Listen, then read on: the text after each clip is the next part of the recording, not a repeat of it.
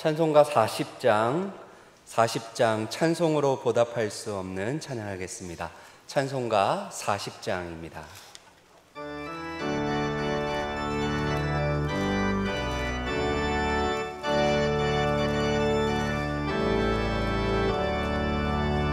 찬송으로 보답할 수 없는 큰 사랑, 주님께 영광 할렐루야. 형제자매 모두 함께 모여 찬송해, 주님께 영광 할렐루야. 하나님의 자녀여 크게 찬송 부르며 밝고 거룩한 길로 기쁨으로 나아가 주의 보좌 앞으로 속히 들어가겠네. 주님께 영광 할렐루야. 우리 받은 주님 은혜 한량 없도다. 주님께 영광 할렐루야. 기쁜 찬송 부르면서 천국 가겠네. 주님께 영광 할렐루야.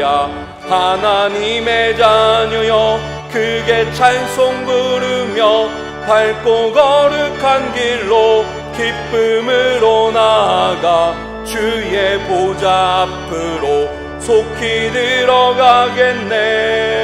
주님께 영광 할렐루야. 잠시 후에 우리 모두 주를 보겠네.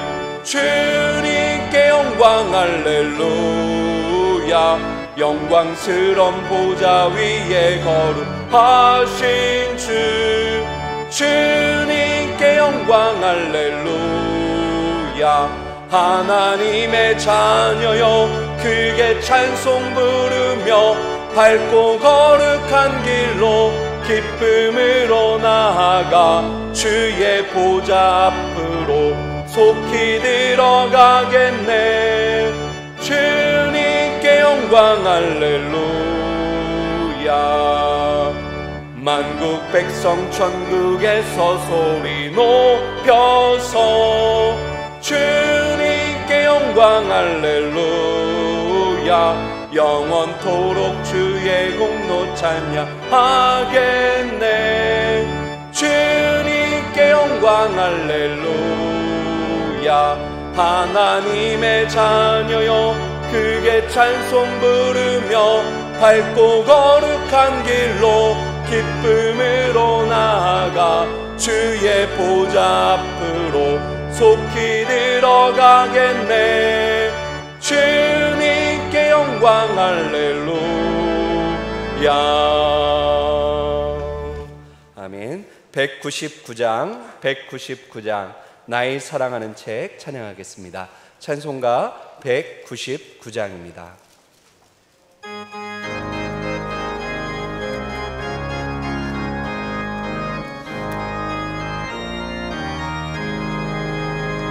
나의 사랑하는 책 비록 헤어졌으나 어머니의 무릎 위에 앉아서 재미있게 듣던 말 그때 일을 지금도 내가 잊지 않고 기억합니다.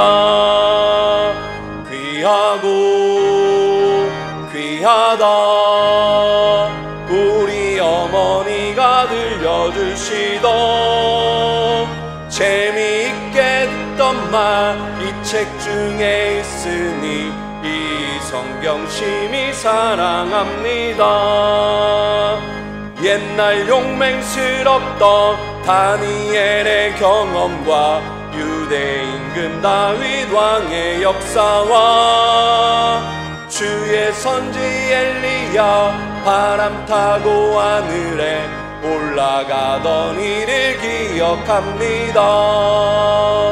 귀하고 귀하다 우리 어머니가 들려주시던 재미있게 듣던 말 이 책 중에 있으니 이 성경 심히 사랑합니다.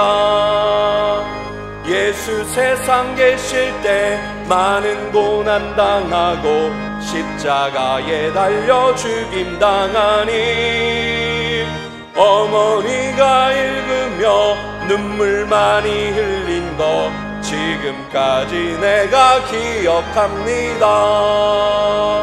귀하고 귀하다 우리 어머니가 들려주시던 재미있게 듣던 말 이 책 중에 있으니 이 성경 심히 사랑합니다. 그때 일은 지나고 나의 눈에 와나오 어머니의 말씀 기억하면서 나도 시시때때로 성경 말씀 읽으며 주의 뜻을 따라 살려 합니다. 귀하고 귀하다 우리 어머니가 들려주시던 재미있게 듣던 말 이 책 중에 있으니 이 성경 심히 사랑합니다. 아멘. 579장 어머니의 넓은 사랑 찬양하겠습니다. 579장입니다.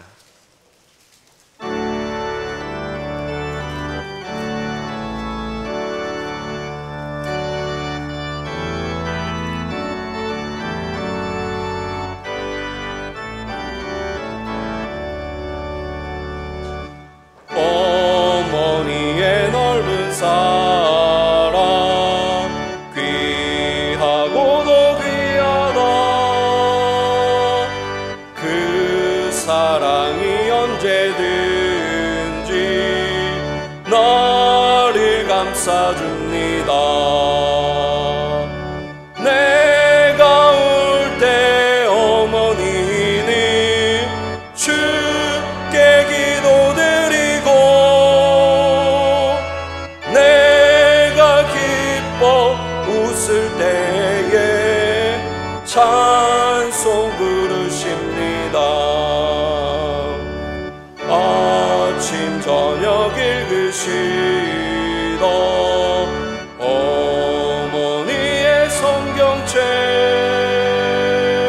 손때 남은 구절마다 모습 본 듯합니다. 믿는 자는 누구든지 영생함을 얻으리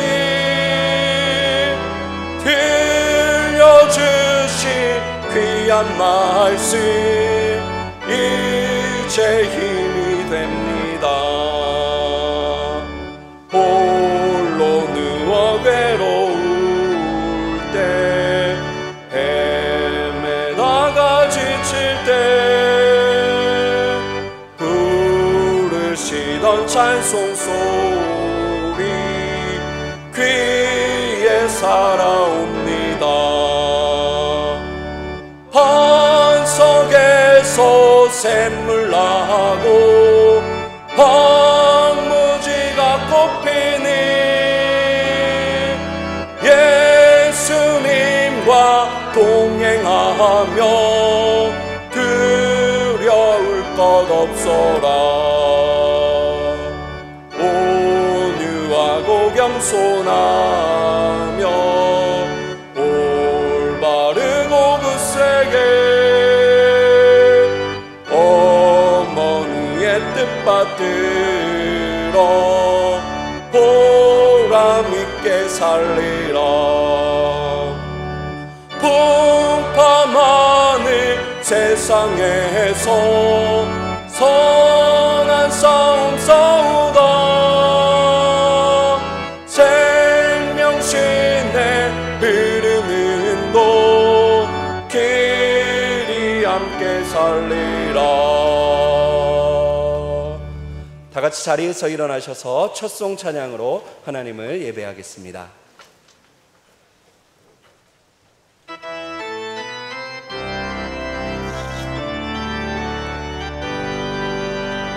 이곳에 오셔서 이곳에 앉으소서. 이곳에서 드리는 예배를 받으소서. 주님의 주님의 이름만이 오직 주의 이름만 이곳에 있습니다.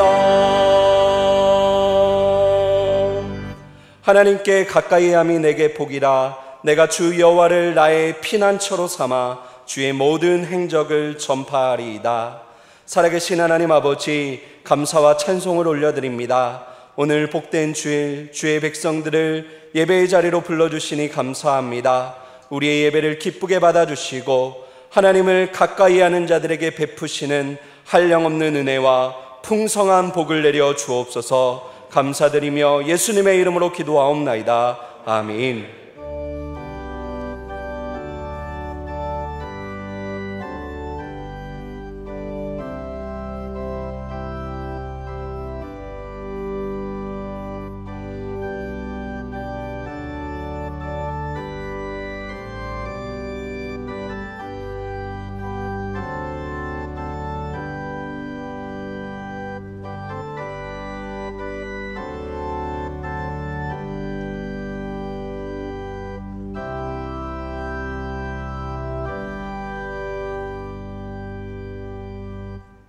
자리에 앉으셔서 79장 찬양하겠습니다.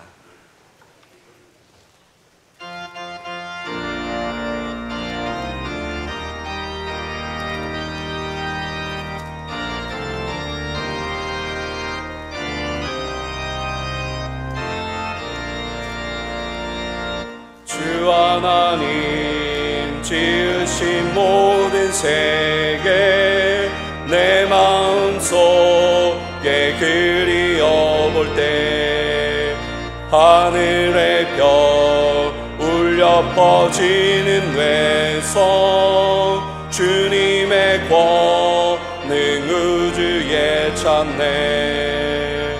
주님의 높고 위대하심을 내 영혼이 찬양하네.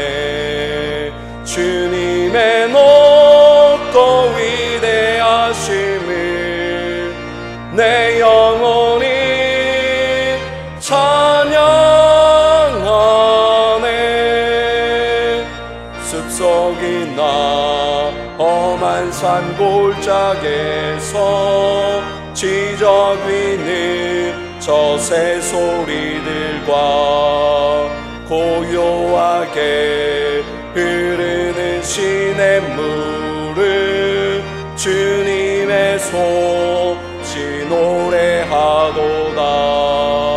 주님의 높고 위대하심을 내 영혼이 찬양하네. 주님의 높고 위대하심을 내 영혼이 찬양하네. 주 하나님 독생자 아낌없이 우리를 위해 보내주셨네. 십자가에 피 흘려 죽으신 주 내 모든 죄를 대속하셨네. 주님의 높고 위대하심을 내 영혼이 찬양하네. 주님의 높고 위대하심을 내 영혼이 찬양하네. 내 주 예수 세상에 다시 올 때 저 천국으로 날 인도하리. 나 겸손히 엎드려 경배하며 영원히 주를 찬양하리라. 주님의 높고 위대하심을 내 영혼이 찬양하네. 주님의 높고 위대하심을 내 영혼이 찬양하네.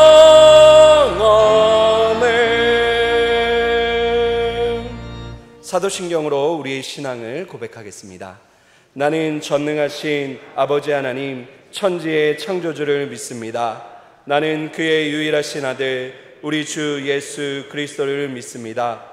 그는 성령으로 잉태되어 동정녀 마리아에게서 나시고 본디오 빌라도에게 고난을 받아 십자가에 못 박혀 죽으시고 장사된 지 사흘 만에 죽은 자 가운데서 다시 살아나셨으며 하늘에 오르시어 전능하신 아버지 하나님 우편에 앉아 계시다가 거기로부터 살아있는 자와 죽은 자를 심판하러 오십니다. 나는 성령을 믿으며 거룩한 공교회와 성도의 교제와 죄를 용서받는 것과 몸의 부활과 영생을 믿습니다. 아멘. 시편 105편의 말씀으로 성시교독하시겠습니다. 성시교독 후에는 원동일 장로님께서 기도해 주시겠습니다. 여호와께 감사하고 그의 이름을 불러 아뢰며 그가 하는 일을 만민 중에 알게 할지어다.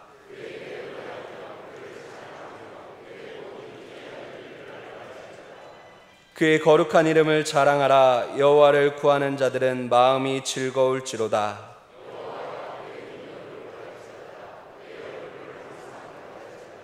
그의 종 아브라함의 후손 곧 택하신 야곱의 자손 너희는 그가 행하신 기적과 그의 이적과 그의 입의 판단을 기억할지어다.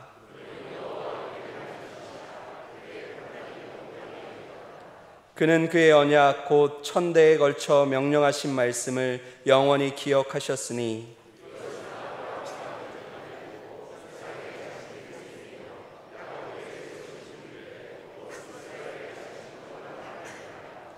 이르시기를 내가 가나안 땅을 내게 주어 너희에게 할당된 소유가 되게 하리라 하셨도다. 아멘.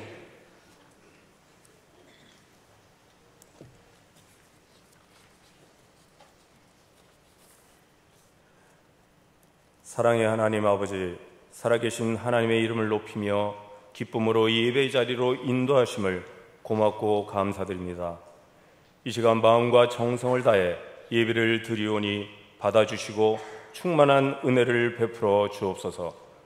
온 세상을 주관하시는 하나님 아버지, 전 세계가 코로나19 감염증으로 고통 중에 있사오니 세상을 병들게 만들고 주님의 창조적 질서를 파괴한 인간의 모든 탐욕과 교만을 불쌍히 여기시고 용서해 주옵소서. 기독교 국가라고 자부한 미국과 유럽의 많은 나라들이 고통의 중심에 있는데 주님의 준엄한 경고를 듣게 하시고 주님 앞에 엎드리는 온 백성들이 되게 하옵소서. 이 나라와 백성을 사랑하시는 하나님 아버지, 코로나19가 사회적 거리두기에서 생활 속 거리두기로 조금씩 안정세에 접어들게 하심을 감사드리며 방심하지 말고 완전히 사멸되는 그날까지 방역 규칙에 최선을 다해 성도들 한 사람도 감염되지 않도록 하나님이 도와주옵소서. 방역과 치료의 현장에서 봉사하는 이들에게 힘을 더해 주시고 절망의 아픔과 어려움으로 고통 중에 있는 이들에게 용기와 희망을 부어주시고 정치의 안정과 경제가 회복되는 역사가 나타나게 하옵소서. 우리 은평교회가 만민이 기도하는 교회요 본질이 회복되는 교회로 세워지게 하시고 모든 기관과 부서들이 서로를 권면하고 안부를 물을 때 풍성한 사랑의 교제를 나누는 은혜로운 공동체가 되게 하옵소서.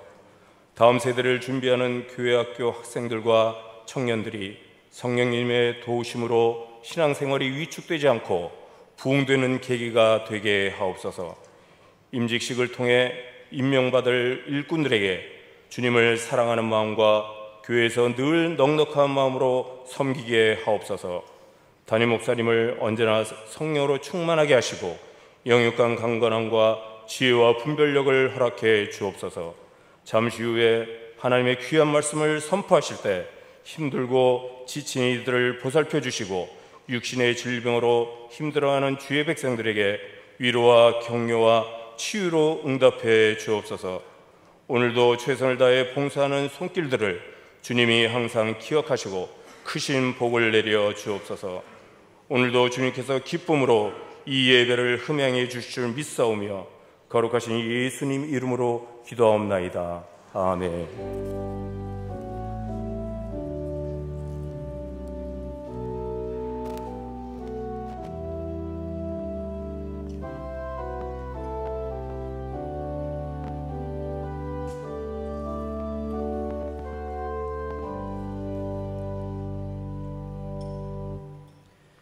교회 소식을 알려드리겠습니다. 주보 7면을 참조해 주시기 바랍니다. 예배 및 교회 소식입니다. 정부 7대 예방 수칙을 준수하면서 주일 낮 예배를 드리고 있습니다. 또한 동시에 주일 낮 예배를 낮 12시부터 인터넷 영상 예배로 드립니다. 주일 저녁 예배, 수요 예배, 새벽 예배는 당분간 인터넷 영상 예배로 드립니다. 교회 출입 시 마스크를 반드시 착용해야 합니다. 예배 중간에도 마스크를 벗지 마시고 계속 착용해 주시기 바랍니다. 예배실 입장 시 손 소독 후에 자필로 예배 참석자 명단을 작성합니다. 각자 펜을 지참해 주시면 좋겠습니다. 헌금은 예배당 입구에 있는 헌금함에 직접 하시거나 온라인으로 하실 수 있습니다. 들어오실 때 헌금하지 못하신 분들은 나가시면서 하시기 바랍니다.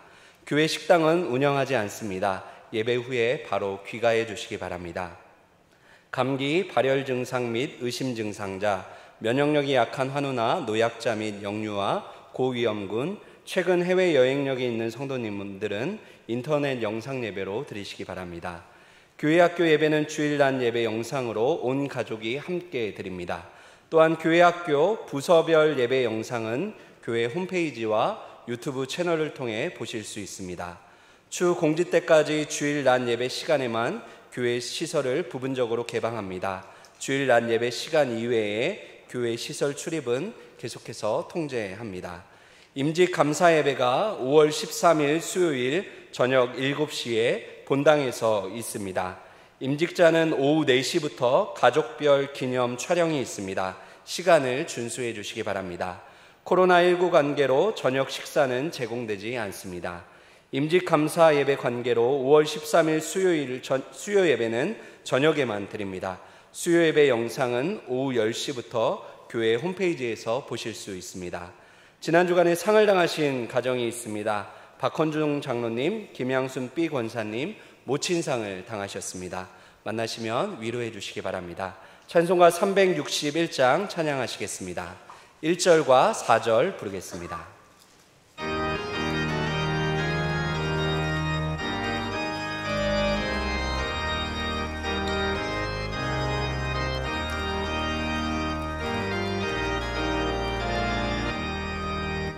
기도하는 이 시간 주께 무릎 꿇고 우리 구세주 앞에 다 나아가네.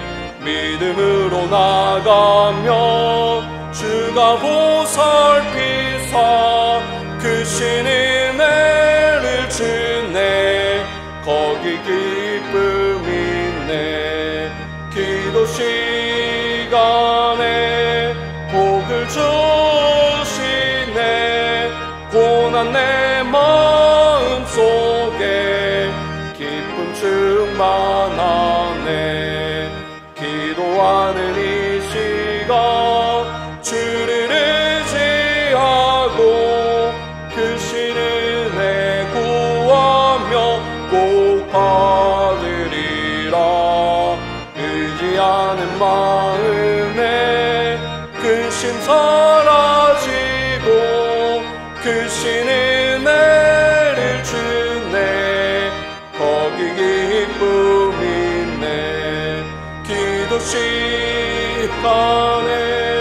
복을 주시네. 고난 내 마음속에 기쁨 충만하네.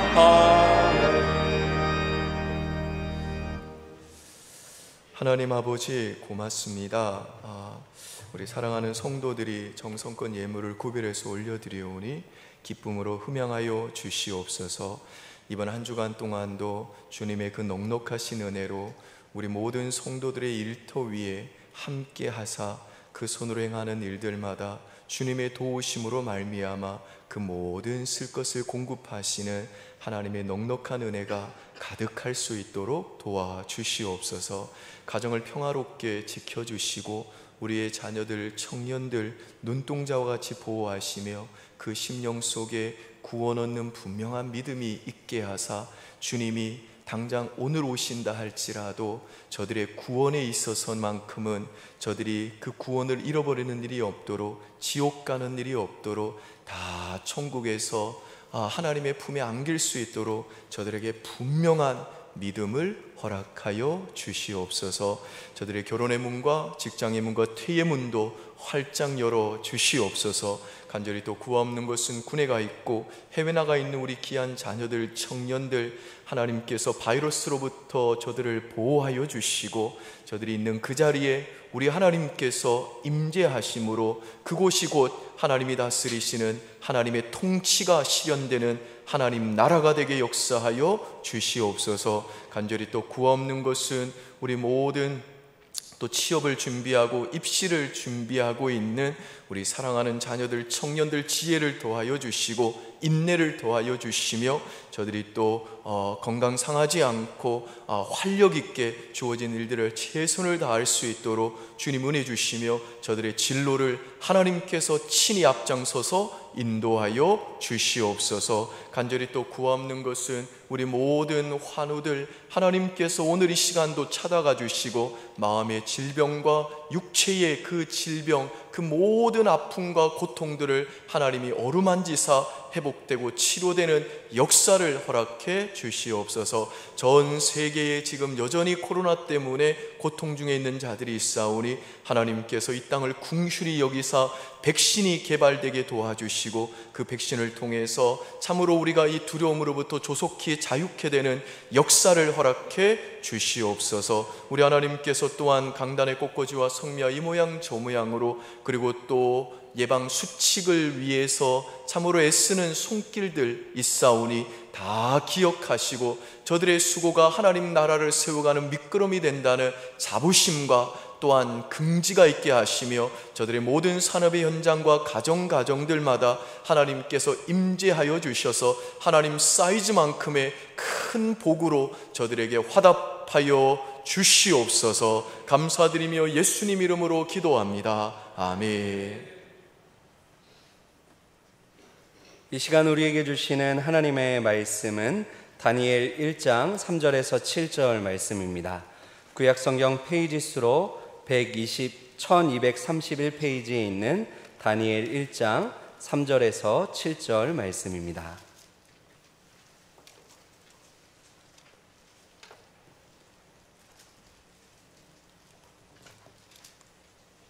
다니엘 1장 3절에서 7절 말씀 봉독해 드리겠습니다. 왕이 환관장 아스브나스에게 말하여 이스라엘 자손 중에서 왕족과 귀족 몇 사람 곧 흠이 없고 용모가 아름다우며 모든 지혜를 통찰하며 지식에 통달하며 학문에 익숙하여 왕궁에 설만한 소년을 데려오게 하였고 그들에게 갈대아 사람의 학문과 언어를 가르치게 하였고 또 왕이 지정하여 그들에게 왕의 음식과 그가 마시는 포도주에서 날마다 쓸 것을 주어 3년을 기르게 하였으니 그 후에 그들은 왕 앞에 서게 될 것이더라. 그들 가운데는 유다 자손 곧 다니엘과 하나냐와 미사엘과 아사랴가 있었더니 환관장이 그들의 이름을 고쳐 다니엘은 벨드사살이라 하고 하나냐는 사드락이라 하고 미사엘은 메삭이라 하고 아사랴는 아벳느고라 하였더라. 아멘. 사론성가대에서 준비한 찬양 하나님께 올려드리겠습니다.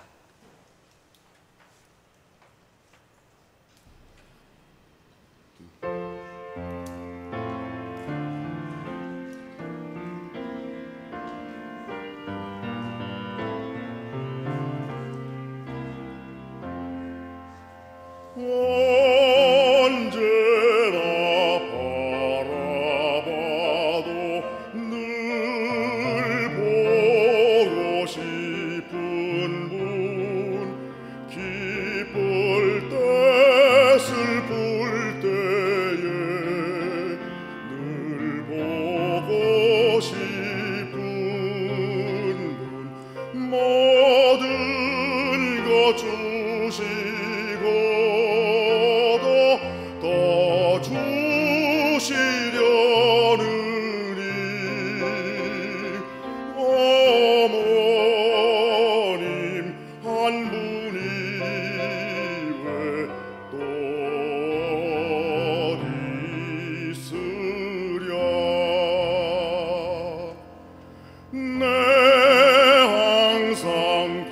사려도 다 용서하시고 나를 웃게 하시려고 어머님 우시네. 집 떠나 먼 곳에서 내 방황하여도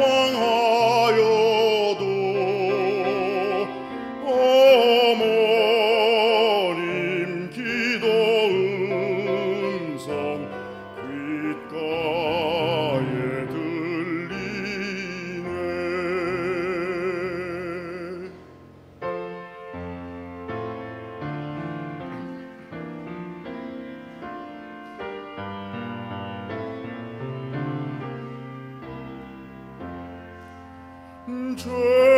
죄인을 구하려고 독생자 보내신 그 사랑 알게 하려 어머님 주셨네. 그 손을 마주 잡고 드리는 예배는 천년도 하루같이 즐거운 때일세.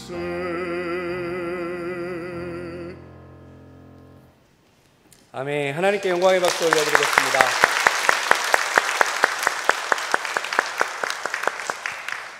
담임 목사님께서 말씀 전하시겠습니다. 이 자리에 예배 드리러 오신 우리 성도님들, 그리고 또 가정에서 또 각 처소에서 영상으로 예배 드리시는 우리 성도님들 주님의 이름으로 환영하고 축복합니다. 오늘 또 우리 유웅창 집사님 통해서 어버이 주일에 참 어울리는 하나님 사랑과 가장 닮았다고 할 수 있는 어머니 사랑을 또 이렇게 생각할 수 있는 귀한 찬양 너무너무 고맙습니다. 우리 주님이 크게 영광 받아주신 줄 믿습니다. 돌아오는 수요일에는 뭐 광고한 것처럼 저희가 참 그 임직식이라는 큰 잔치가 있습니다. 그러나 코로나19 때문에 많이 저희가 축소를 해서 아쉽습니다만은 우리 성도님들께서 또 관심 가져주시고 또 교회 잔치인 만큼 또 기도해 주시고 그래서 질서 있게 아름답게 진행될 수 있도록 여러분들이 적극적으로 또 그렇게 관심 가져주시고 참여해 주시면 좋겠다 싶습니다. 우리가 이미 살펴본 대로 주전 605년에 바벨론의 느부갓네살 왕이 이 예루살렘을 제1차로 침공을 합니다. 그래서 유다의 왕과 왕족과 귀족의 자녀들을 이 바벨론으로 이제 잡아갔습니다. 이 왕족과 귀족들 자녀들 중에 다니엘과 세 친구들이 포함되어 있었습니다. 이 느부갓네살 왕이 이와 같이 그 이스라엘의 왕족과 귀족의 자녀들을 이 바벨론으로 포로로 잡아간 이유가 뭐냐 하면 이 유대 나라의 그 차세대 지도자들을 바벨론에 동화시켜가지고 그들이 자발적으로 바벨론을 섬기도록 하기 위함이었습니다. 이 목적을 위해서 이 느부갓네살 왕은 이 환관장 이 아스부나스를 통해 그들이 바벨론화 되도록 세뇌 교육을 시킵니다. 3절과 4절 한번 보실까요? 3절과 4절 우리 한번 같이 읽습니다. 왕이 환관장 아스부나스에게 말하여 이스라엘 자손 중에서 왕족과 귀족 몇 사람 곧 흠이 없고 용모가 아름다우며 모든 지혜를 통찰하며 지식에 통달하며 학문에 익숙하여 왕궁에 설만한 소녀를 데려오게 하였고 그들에게 갈대아 사람의 학문과 언어를 가르치게 하였고. 여기에 나오는 이 유대의 왕족들과 또 귀족들의 이 자녀들이었던 이 소년들의 이 나이는요 이 14세에서 한 18세 사이였을 거라고 짐작이 됩니다. 이들은 여러 면에서 뛰어났는데 이른바 흠이 없고 용모가 아름답고 지혜와 지식이 월등하고 학문적인 자질도 탁월해서 왕궁에서 일할 만한 자들이었습니다. 그래서 환관장 이 아스부나스는 이들을 바빌로나 되도록 이제 세뇌를 시키기 위해 가지고 이 먼저 바빌론 나라의 핵심 과목인 이 갈대아 학문과 언어를 배우게 했습니다. 이 갈대아는요, 이 유프라데스 강과 티그리스 강의 발원지인 바빌론 지역의 옛 지명 이름입니다. 이곳은 인류 최고의 문명 발상지인 수메르 문명 때부터 이 점성술과 미래를 예측하는 영매술이 고도로 발달한 지역이었습니다. 이 다니엘과 세 친구들은 이 3년 동안이나 이 바빌론 언어와 점성술과 영매술과 같은 이 바빌론 학문을 배워야 했습니다. 이 5절에 보시면요, 이 환관장 아스부나스는 또한 이들에게 이 왕이 지정한 음식과 왕이 마시는 포도주를 먹게 했습니다. 이 식단을 바꾼다는 것은 이 소년들의 모든 생활 방식과 그 습관을 이 바벨론식으로 통째로 바꾸겠다는 뜻입니다. 이 과거와 철저하게 단절시킨 겁니다. 낡아빠진 유대인들의 그 음식법도 그들의 선조의 다른 풍습과 습관들과 마찬가지로 몽땅 내버려야 했습니다. 그래서 식단까지 새로 규정한 겁니다. 그리고 이 채찍보다는 당근이 교육 효과가 더 큰 법입니다. 교육자들에 따르면 벌을 주어서 아이들이 변하는 경우가 없지만 칭찬은 사람을 바꾼다고 합니다. 그래서 바벨론은 이 유대 소년들에게 왕이 지정하는 진미로 극진하게 대접을 했습니다. 사람들은 갑자기 호화스러운 대접을 받게 되면 뭔가 된 줄로 아는 법입니다. 돈 벌었다고 사람이 달라지고 높은 지위에 오르면 이 다른 사람을 무시하는 게 일반적인 모습입니다. 그래서 넉넉해지고 여유가 생길 때 긴장하지 않으면 이 신앙생활도 해이해지게 되고 다른 사람도 이 무시하게 될 수 있는 겁니다. 특히 이 10대 소년들에게 왕이 먹는 음식을 먹이고 최고급 포도주를 먹여 그들을 기빈 대접했다면 어렵지 않게 이들은 바벨론의 동화가 되었을 겁니다. 이 포로로 잡혀와가지고 구질구질하게 막노동이나 하면서 남은 생애를 살 줄 알았는데 이렇게 특별하게 선택이 되어서 평생을 호화롭게 살 수 있는 이런 좋은 기회를 이 소년들이 마다하기란 결코 쉽지 않은 일입니다. 6절과 10절에 보시면요, 느부갓네살 왕은 이 다니엘과 세 친구들의 이름도 마치 예전에 우리 일제시대에 창씨 개명을 했던 것처럼 전부 다 유대식 이름에서 바벨론식 이름으로 바꿉니다. 그리고 19절과 20절에 보시면 드디어 이 3년간의 교육 과정이 다 끝나고 이제 왕이 이 유대 소년들을 직접 면접을 합니다. 우리 19절 20절 보실까요? 같이 한번 읽습니다. 왕이 그들과 말하여 봄에 무리 중에 다니엘과 하나야와 미사엘과 아사랴와 같은 자가 없으므로 그들을 왕 앞에 서게 하고 왕이 그들에게 모든 일을 묻는 중에 그 지혜와 총명이 온 나라 박수와 술객보다 10배나 나온 줄을 아니라. 이 무슨 말인가요? 3년 만에 이 다니엘과 세 친구들은 그들의 그 바벨론 선생들을 능가하는 실력자가 되었다는 말입니다.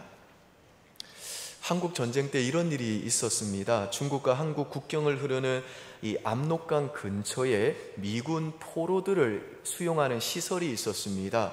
그 시설에 갇혀있던 21살의 미군 청년 이 웨인 힐만 하사가요, 이 심한 동상에 걸리게 됩니다. 그래서 발이 풍선처럼 부풀어 올라가지고 칼로 찌르는 것처럼 아팠습니다. 그런데 이 동상을 치료해주는 조건으로 이 중국군이 제시한 것이 뭐냐 하면 미국인이 편집한 것이라고 건네준 공산주의 그 선전용 팜플렛을 그 내용이 진심으로 믿어질 때까지 반복해서 읽으라는 것이었습니다. 그런데 이 웨인 하사가 암기할 정도로 읽고 나서 이젠 전부 이해되었습니다 라고 말해도 이 중국 공산당은 좀처럼 치료를 해주지 않았습니다. 얼마간 이런 실랑이가 지속되었고 간신히 치료를 받을 즈음에 이 힐만 하사는요 이미 완전하게 공산당 당원이 되어 있었습니다. 이러한 이 사상 개조 테크닉은요, 나중에 베트남 전쟁에서 심리작전의 기초가 되었답니다. 이처럼 이 공산주의와 싸우던 이 미군 병사, 21살의 젊은 그 청년 이 병사가 치료가 끝날 즈음에는 완전한 공산주의가 될 수 있었던 이유가 뭐냐? 세뇌 때문이었습니다. 이 세뇌의 사전적 정의가 이렇습니다. 어떤 사상이나 신념 등을 머릿속에 주입하거나 또는 받아들이도록 반복적이고 지속적으로 설득하여 본래 가지고 있던 생각이나 행동을 개조하는 일, 이게 세뇌입니다. 다른 사람을 이 세뇌시키는 일은 아주 어렵습니다만은 그렇게 불가능해 보이지는 않습니다. 특별히 그 사람이 본래 가지고 있던 신념이 확고한 경우에는 세뇌가 어렵겠지만, 신념이 애매하고 분명하지 않는 경우에는 이 세뇌가 그렇게 어렵지 않을 수도 있습니다.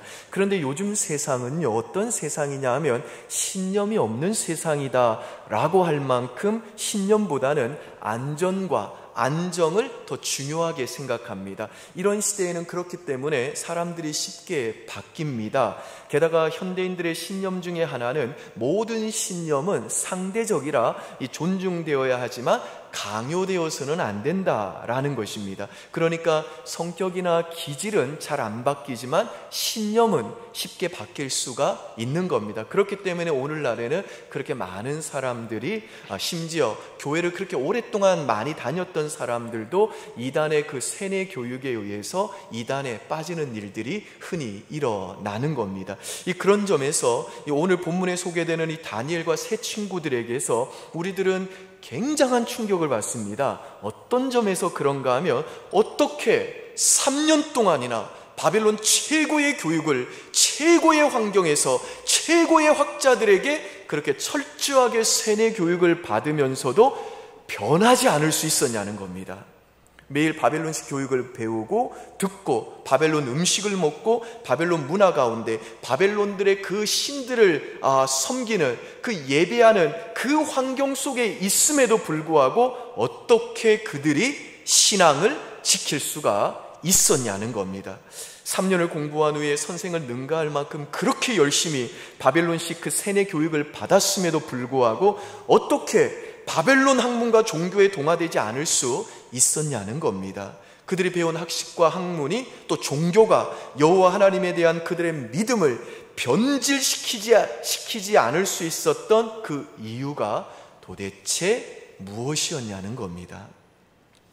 여러분이 대부분의 10대들은요, 아직 정체성이 확립되지 않을 시기입니다. 그런데도 이 다니엘과 세 친구들은 그 혹독하고 철저한 세뇌 교육에도 불구하고 우리들이 이미 알고 있는 것처럼, 또 앞으로 우리가 확인할 것처럼 여호와 하나님을 믿는 믿음에서 떠나지 않았고 오히려 끝까지 변함없이 신실하게 하나님을 섬겼습니다. 대체 그들이 변하지 않을 수 있었던 비결이 뭘까요? 저는 그들이 변하지 않을 수 있었던 데에는 두 가지 중요한 이유가 있다고 믿습니다. 오늘은 그 중에 한 가지만 다루고 이 나머지 하나는 다음 주에 살펴보겠습니다. 첫 번째, 그들이 변하지 않을 수 있었던 비결은 그들은 분명한 자기 정체성을 가지고 있었기 때문입니다. 좀 전에 제가 언급했듯이 느부갓네살 왕은요, 다니엘과 이 세 친구들의 이름을 바벨론식으로 바꿉니다. 7절 한번 보실까요? 같이 읽습니다. 환관장이 그들의 이름을 고쳐 다니엘은 벨드사살이라 하고, 하나야는 사드기라고 하고, 미사엘은 메삭이라고 하고, 아사랴는 아벤누고라 하였더라. 이 다니엘이라는 이름의 뜻은 하나님이 나의 재판관입니다 라는 뜻입니다. 그런데 바벨론은 이것을 벨드사살로 바꾸었는데, 이 벨이라는 것은 바벨론의 여러 신들 중에서 대표적인 신의 이름입니다. 그래서 이 벨드사살은 벨이 나의 보호자다라는 뜻입니다. 이 하나야라는 이 이스라엘 이름은 하나님께 사랑을 받는 자라는 뜻인데, 이걸 사드락이라는 이름으로 바꿨는데, 사드락은 태양신 라의 총명을 받는 자다라는 뜻입니다. 미사엘이라는 뜻은요, 하나님 같은 자가 누구냐라는 뜻입니다. 그런데 이 이름을 메삭이라고 바꿨습니다. 메삭은 누가 태양 여신인 아쿠와 같은 자인가 라는 뜻입니다. 네 번째로 이 아사라라는 이름은 하나님이 나의 도움이시다 라는 뜻인데, 이걸 아벤누고라고 바꿨는데, 이 아벤누고 역시 바벨론 신들 중에 하나인데 느고의 종이다 라는 뜻입니다. 이와 같이 느부갓네살 왕은 한마디로 이 네 사람의 정체성을 상징하고 그 이름의 가장 소중한 부분을 차지하고 있는 하나님을 지워버린 겁니다. 이렇게 함으로써 이 바벨론은 그들의 존재 근본을 깨트리고 하나님의 백성이라는 그들이 가진 그 정체성을 말살시키고 바벨론 신을 섬기는 바벨론 백성이라고 하는 새로운 정체성을 가지도록 세뇌를 시킨 겁니다. 그런데 놀랍게도 이 느부갓네살의 이런 시도에도 불구하고 다니엘과 이 세 친구들은요, 단 한 번도 하나님을 떠나지 않았습니다. 끝까지 변하지 않았습니다. 그들은 끝까지 하나님을 붙들고 하나님께 순종했고, 오히려 포로로 끌려간 그들이 이방 왕들과 그 제국이 무너지고 다시 일어나고 하는 그 격동의 시대를 보냄에도 불구하고 오히려 이방 나라들을 통치하는 자리에 올라가서 하나님 나라의 영광을 선포했는데요, 그들이 이와 같이 변하지 않을 수 있었던 비결은 뭐냐면, 그들은 하나님의 백성이라는 그들의 정체성을 말살시키려는 그 어떤 바벨론의 세뇌 교육에도 흔들리지 않을 만큼 하나님의 백성이라는 분명한 자기 정체성을 가지고 있었기 때문에 그런 겁니다.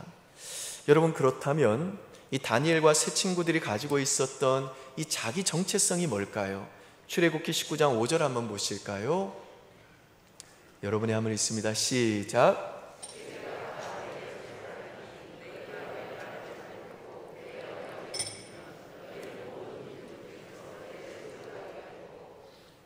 여기에 보면 이스라엘 백성을 향해서, 그 하나님 백성을 향해서 하나님께서 너는 열국 중에서 내 소유다라고 말씀하시는데요, 이 소유라는 말은 보배 혹은 보물이라는 뜻입니다. 그러니까 하나님께서 당신의 백성들을 향해서 너는 내가 가장 사랑하는 나의 가장 보배로운 보배이고 내가 가장 기뻐하는 나의 가장 존귀한 보물이다 라고 말씀해 주시는데, 이게 바로 예수 믿는 하나님의 백성인 저와 여러분의 정체성이라는 겁니다. 저는 저와 여러분도 그렇거니와 우리의 특별히 다음 세대들, 여러분들의 모든 자녀들이 이 분명한 자기 정체성을 가질 수 있기를 주님의 이름으로 축원드립니다.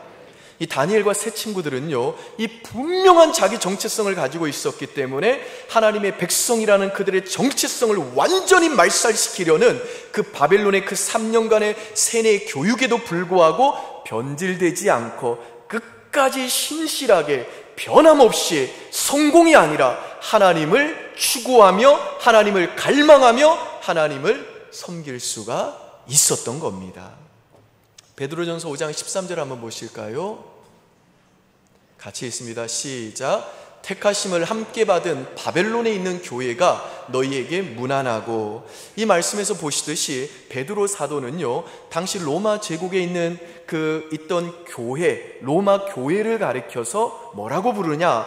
바벨론에 있는 교회라고 불렀습니다. 그러니까 성경에서 구약 성경이든 신약 성경이든 이 바벨론은 뭐냐면 하나님 없는 가치관이 지배하고 죄악으로 가득 찬 이 세상을 상징하는 겁니다. 그런 점에서 지금 저와 여러분이 살고 있는 이 대한민국, 그리고 또 이 세상도 바벨론이라고 할 수 있는 겁니다. 그런데 지금 우리가 살고 있는 이 바벨론에 살고 있는, 지금 우리가 살고 있는 이 바벨론, 이 세상, 이 대한민국에 살고 있는 사람들의 가장 두드러진 특징 중에 하나가 뭐냐면 만족이 없다는 겁니다. 그래서 로리 에슈너와 미치 메이슨이라는 심리학자 두 분이 사람은 왜 만족을 모르는가라는 책을 썼는데요, 이 세상 사람들이 만족을 못하는 이유를 이 책에서는 뭐라고 이야기를 하냐면, 한마디로 말해서 자기 입증을 위해서 살아가기 때문에 때문에 이 세상 사람들은 만족이 없다라고 이야기를 합니다. 그러니까 현대인들은 내가 이런 사람이야 라고 계속해서 끊임없이 사람들에게 나를 입증하기 위한 그 삶에 집중하며 살아가기 때문에 만족이 없다는 겁니다. 이 책에 보면요, 매사에 자신을 그 입증하는 삶에 집중하며 살기 때문에 만족이 없는 사람들에게서 나타나는 다양한 증상들을 소개합니다. 만족이 없는 어떤 사람은요, 자신을 증명시킬 힘이 없다는 것을 깨닫고 모든 것을 쉽사리 포기합니다. 왜냐하면 내가 포기해야 실패가 없으니까. 그래서 내가 실패할 때 나를 증명하고 입증시킬 수 없는 나의 그 비참한 모습이 사람들에게 드러나는 그 고통을 피하기 위해서 아예 처음부터 포기한다는 겁니다. 우리 청년들과 우리 자녀들 중에 이런 지금 아픔을 가지고 있는 애들이 얼마나 많은지 모릅니다. 어떤 이 사람은요, 자신을 증명하기 위해 완벽해지려고 노력을 합니다.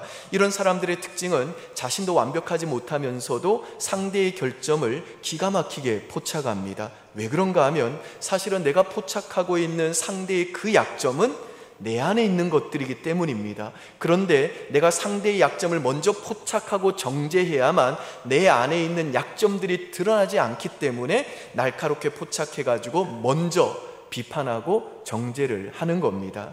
또 이 만족이 없는 어떤 사람들 중에 어떤 사람은요, 희생양 컴플렉스를 가지고 있습니다.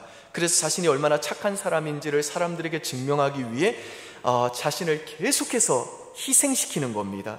그런데 거기에는 어떤 심리가 자리 잡고 있냐면, 내가 희생양이 되는 한 상대방은 계속 가해자가 되는 겁니다. 그러니까 내가 당신을 위해서 이렇게 희생하는데 왜 당신은 그 모양이야 하고 상대방을 정죄하고 상대방을 통제하기 위해서 가정에서 혹은 직장에서 교회에서 자신을 계속해서 희생시킨다는 겁니다.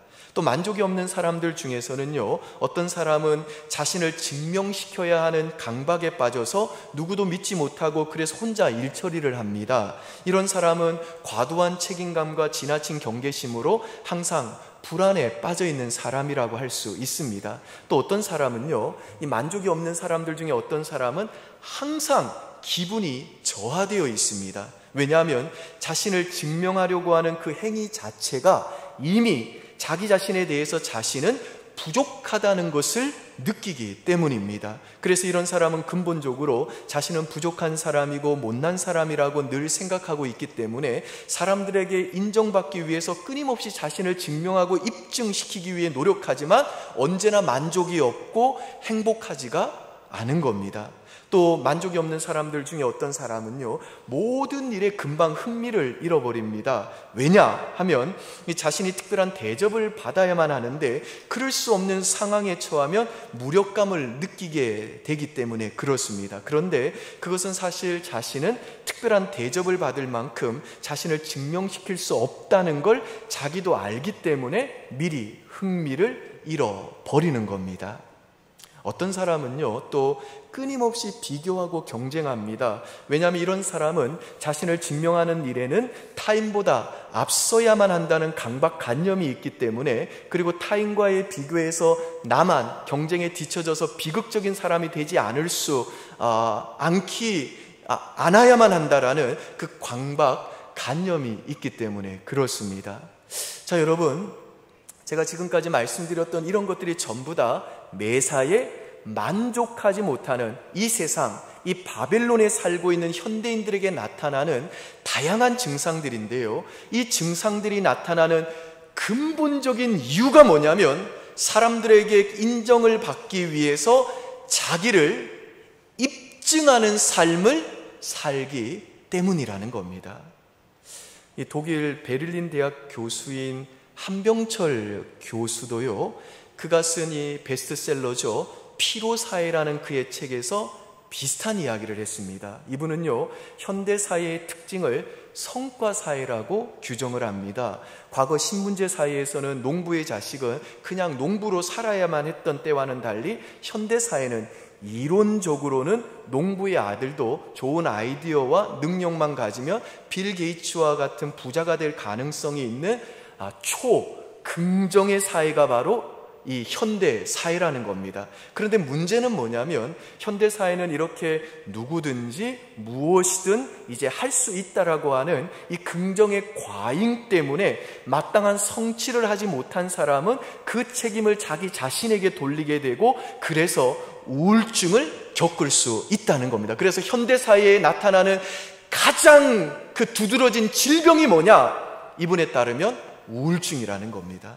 또한 성과를 내기 위해 과할 정도로 자기 자신을 혹사하는 과정에서 이 현대인들은요, 피로에 찌든 만성 피로를 느끼면서 살아간다고 말합니다. 그래서 현대 사회를 이분이 피로 사회라고 규정을 한 겁니다. 그러니까 과거에는 신분이나 계급에 의해서 애초에 처음부터 성공할 가능성이 없어가지고 뭔가를 이루지 못하고 성취하지 못하더라도 그렇게 우리의 자녀들이 스트레스를 안 받았는데 이제는 뭐든 될 수가 있고 뭐든 할 수가 있다는 이 긍정의 과잉 속에 살아가는 현대인들, 특별히 우리의 자녀들은 뭔가를 성취하지 못하고 경쟁에서 뒤처지게 되면 사람들로부터 게으르고 능력 없고 쓸모없는 실패자다, 낙오자다라는 이 꼬리표가 달라붙게 되면서 우울증이 찾아온다는 겁니다. 그리고 현대인들은 이 성과 사회에서 그렇게 경쟁에서 뒤처지지 않고 무능력하고 게으르고 능력 없는 실패자 혹은 낙오자라고 하는 그 꼬리표를 달지 않기 위해서 자발적으로 자신을 향상시키고 자신의 그 생산성을 높이기 위해 끊임없이 노력을 한다는 겁니다. 그래서 퇴근 후에도 자신을 향상시키려고 영어 학원에 다니고 자격증 이 학원을 다닙니다. 또 자신의 몸을 가꾸기 위해서 피곤한 몸을 이끌고 관절을 다쳐가며 헬스를 합니다. 또한 부작용을 감수하면서도 성형을 합니다. 그런데 이것은 누구의 강요도 없는 자유로운 자신의 선택입니다. 하지만 한병철 교수에 따르면 이건 자유로운 선택이 아니라 사실은 자기 착취라는 겁니다. 그러니까 이 성과 사회에서 현대인은 본인을 착취하는 가해자이자 피해자라는 겁니다. 누구도 시키지 않았는데 더 나은 성과를 하기 위해서 자발적으로 자기 착취를 행한다는 겁니다.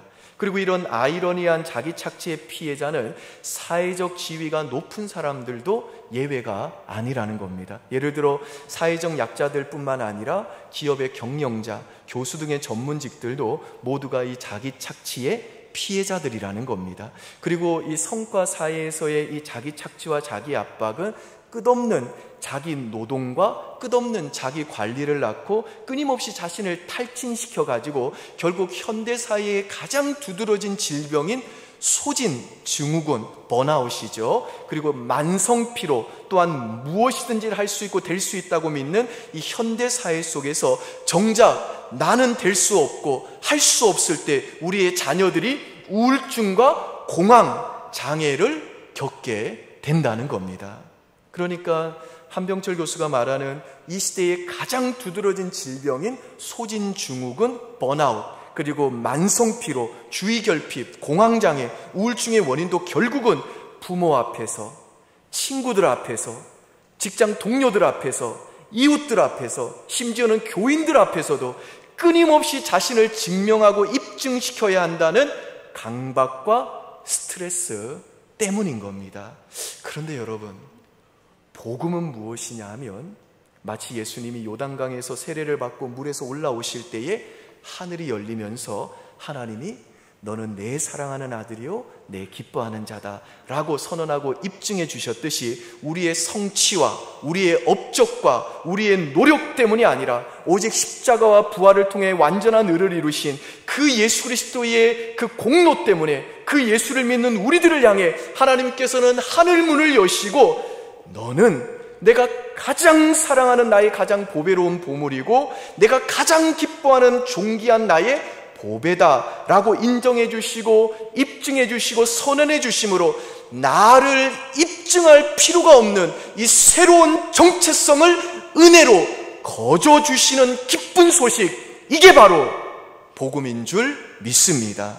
그래서 복음을 통해 이 하나님의 입증을 경험한 우리 신자들은요, 이젠 더 이상 이 다른 사람들에게 인정받기 위해 나를 입증하는 삶을 살 필요가 없고, 그래서 나를 입증해야 된다는 그 강박과 스트레스로부터 자유케 될 수가 있는 겁니다.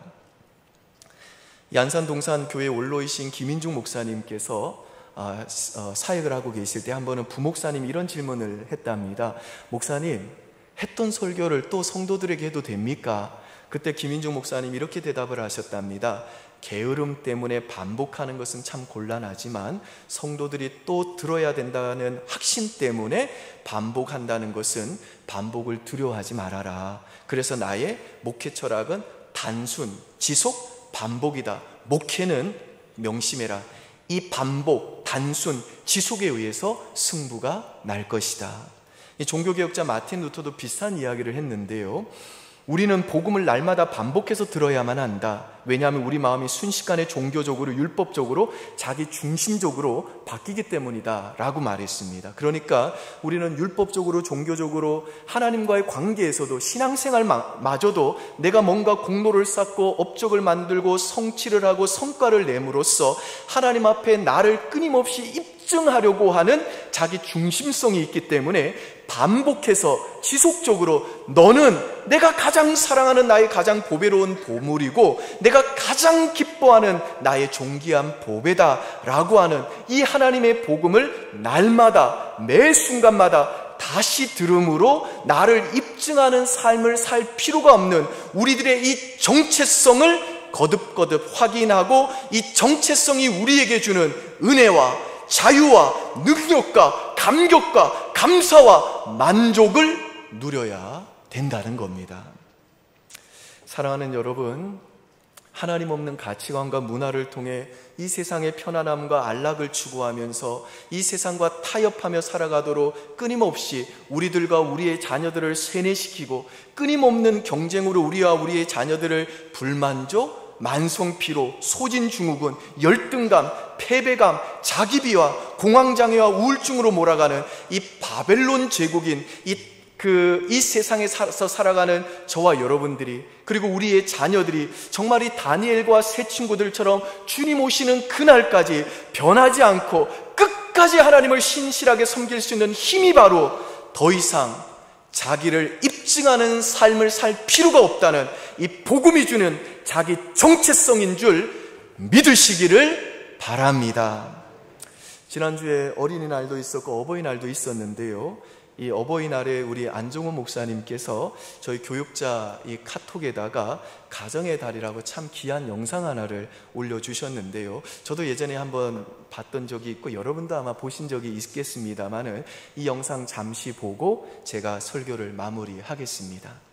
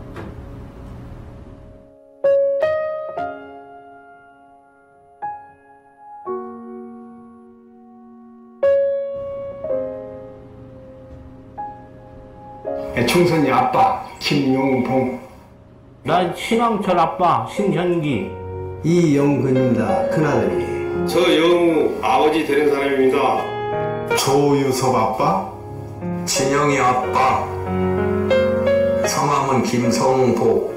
생각나지요. 그 아들, 딸 만났다가 아들 가졌는데 이번에도 딸이 못 갈까 했는데 네 엄마, 아빠, 동생한테 신경 써주고 고맙고 부모로서 이렇게 뭔가를 충분하게 해줘야 되는데 그런 것도 못 해주고 그래서 참 마음이 아픕니다.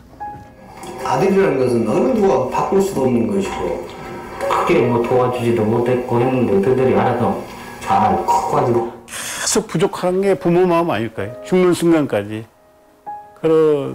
제가 그런 마음으로 살고 있어요.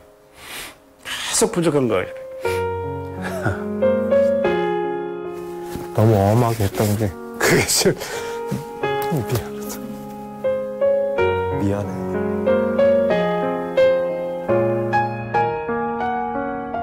항상 내가 부족하고 항상 미안해요. 걔한테는. 미안하다 참. 모든 것이 부족하고 못 가르치고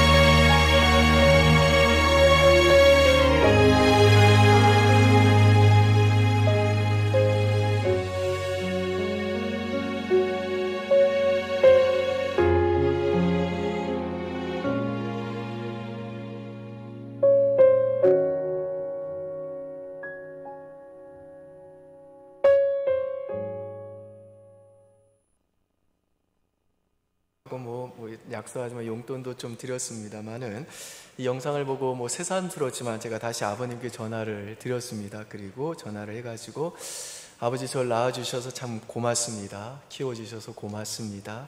아버지 사랑합니다. 제가 앞으로도 잘하겠습니다. 그렇게 이야기를 했습니다. 그리고 저희 장모님께는 큰절하면서 딸 낳아주셔서 고맙습니다. 잘 키워주셔서 고맙습니다. 라고 그렇게 오발을 떨었습니다. 사랑하는 여러분, 5월달 가정의 달입니다. 이 5월달에 우리 자녀분들은 자기를 입증하지 않으면 살아남기 힘들었던 그 험난한 세상에서 정말 가족들, 자식들을 위해 헌신한 그 부모님을 향해서 어머니, 아버지 고맙습니다. 사랑합니다. 존경합니다. 라고 말해주시고 안아주셨으면 좋겠습니다. 또 우리 부모님들은요, 자기를 입증해야만 정말 경쟁에서 살아남는 이 각박한 이 시대를 사느라 다른 사람과의 비교에서 오는 열등감, 패배감, 그로 인한 만성피로와 소진증후군과 공황장애와 그 주위 길벽과 이 우울증에 시달릴 수밖에 없는 우리 자녀들을 좀 향해 가지고 가정에서만큼은 나는 정말 너의 성과와 성취에 상관없이 언제나 널 사랑한다. 너는 너의 성과와 성취에 관계없이 너 존재 자체로 존귀한 자다. 나는 네가 너무너무 자랑스럽다. 사랑하고 축복한다. 라고 좀 말해주시고 격려해 주시고 안아주시기를 바랍니다. 그래서 저는 우리 교회와 우리들의 가정이요, 정말 자기 입증이 필요 없는 성취와 이 성과에 의해서가 아니라 그냥 그 존재 자체만으로도 사랑받고 존귀하게 여겨지는 정말 이 복음이 살아있는 가정과 교회가 될 수 있기를 바랍니다. 그런 점에서 저는 이 시간 다시 한번 이 하늘이 열리고, 지금 이 시간 하늘이 열리고 성령이 이 시간 비둘기같이 임하고, 너는 내가 가장 사랑하는 나의 가장 보배로운 보물이고 내가 가장 기뻐하는 존귀한 보배다. 나는 너 때문에 정말 기쁨을 이기지 못할 정도로 나는 네가 너무너무 좋다라고 하는 이 하나님의 음성, 이 복음의 기쁜 소리가 다시 한번 여러분들의 심령 속에, 특별히 우리들의 자녀들과 우리 청년들의 심령 속에 능력 있게 들리기를 주님의 이름으로 축원드립니다. 그래서 이번 한 주간도 나를 입증하기 위한 삶이 아니라 하나님의 입증을 통해 더 이상 나를 입증할 필요가 없는 삶으로 부름받은 이 복음이 주는 이 자기 정체성이 주는 만족과 기쁨과 자유와 능력을 가지고 변하지 않는 신실함으로 하나님의 영광과 이웃의 유익을 위해 멋지고 당당하게 살아가는 저와 여러분 다 되시기를 우리 주 예수 그리스도 이름으로 축원드립니다. 기도하겠습니다. 아버지 하나님, 우리 사랑하는 부모님들 자기를 입증하지 않으면 경쟁에서 도태되고, 그렇게 되면 자식들을 제대로 양육할 수 없다는 그 강박과 스트레스 속에서도 여기까지 가정을 지키며 자녀들을 헌신적으로 자신을 내어주는 사랑으로 섬겨왔습니다. 이 시간 우리 모든 부모님들의 마음 가운데 잘 살았다, 수고했다, 그렇게 위로하여 주시옵소서. 그리고 이제 참으로 이 바벨론, 이 세상에서 끊임없이 자기를 입증해야 되는 삶을 살아야 되기에 거기서 도태지 않으려고 어떻게 해서든지 자기를 입증하려고 몸부림을 치며 그것이 제대로 되지 않았을 때에 그 강박관념과 스트레스 때문에 자기 비하와 열등감과 패배감과 그리고 우울증과 공황장애를 겪을 수밖에 없는 이 시대를 살아가는 우리 자녀들, 하나님 위로하여 주시고 그 심령 속에 하나님 찾아가 주셔서 너는 너 자체로 존귀한 자야, 너는 나의 존귀한 보배이고 내가 가장 사랑하고 기뻐하는 나의 보물이야 라고 하는 이 복음의 음성, 하나님의 음성을 들려주심으로 우리 사랑하는 우리의 자녀들이 자기를 입증하는 삶으로부터 자유케 되게 하시고 자기를 입증하지 않아도 되는 그 자기의 정체성을 가지고 이 세상을 당당하고 자신감 있게 살아갈 수 있도록 은혜 내려 주시옵소서. 그래서 우리들의 가정과 교회가 정말로 이 복음이 살아있는 가정과 교회 되게 하시고 자기 입증이 필요 없는 이미 하나님의 입증을 받았기에 참으로 하나님의 그 사랑과 그 보호하심을 누리며 살아가는 만족과 기쁨과 자유와 능력이 가득한 복된 인생들 다 될 수 있도록 은혜 내려 주시옵소서. 감사드리며 예수님 이름으로 기도합니다. 아멘. 우리 다 함께 자리에서 일어나셔서 하나님께 찬송하시겠습니다.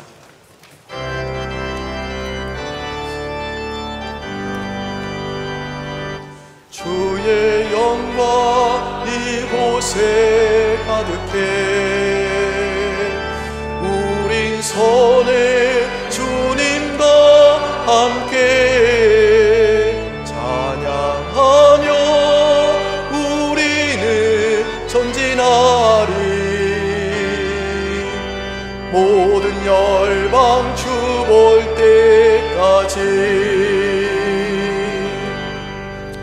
우리 주 예수 그리스도의 은혜와 하나님의 극진하신 사랑과 성령의 위로교통 충만하심이 너는 나의 가장 사랑하는 나의 보배고 너는 내가 가장 기뻐하는 나의 보물이다 라고 하는 이 복음의 음성, 하나님의 음성 때문에 이미 하나님의 입증을 받은 자로 더 이상 나를 입증해야 될 필요가 없는 자기 정체성을 가진 자로 이번 한 주간 동안도 자유와 자신감과 기쁨과 만족과 노래하며 살기로 결단하며 돌아가는 우리 모든 은평의 권속들 머리머리 위에, 특별히 우리의 자녀들과 청년들의 장래 위에 이제로부터 영원무궁토록 함께 있을지어다. 아멘.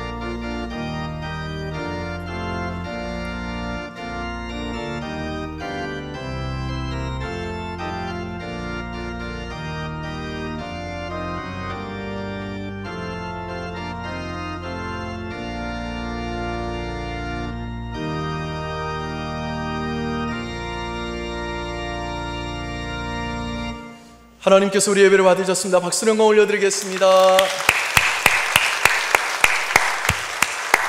네, 예배를 위해서 수고해준 손길들 많습니다. 박수로 격려하겠습니다. 감사합니다. 네, 우리 성도님들 한 주간 동안도 자기를 입증할 필요가 없는 복된 자기 정체성 가지고 승리하시기 바랍니다. 고맙습니다. 평안하시고 강건하십시오.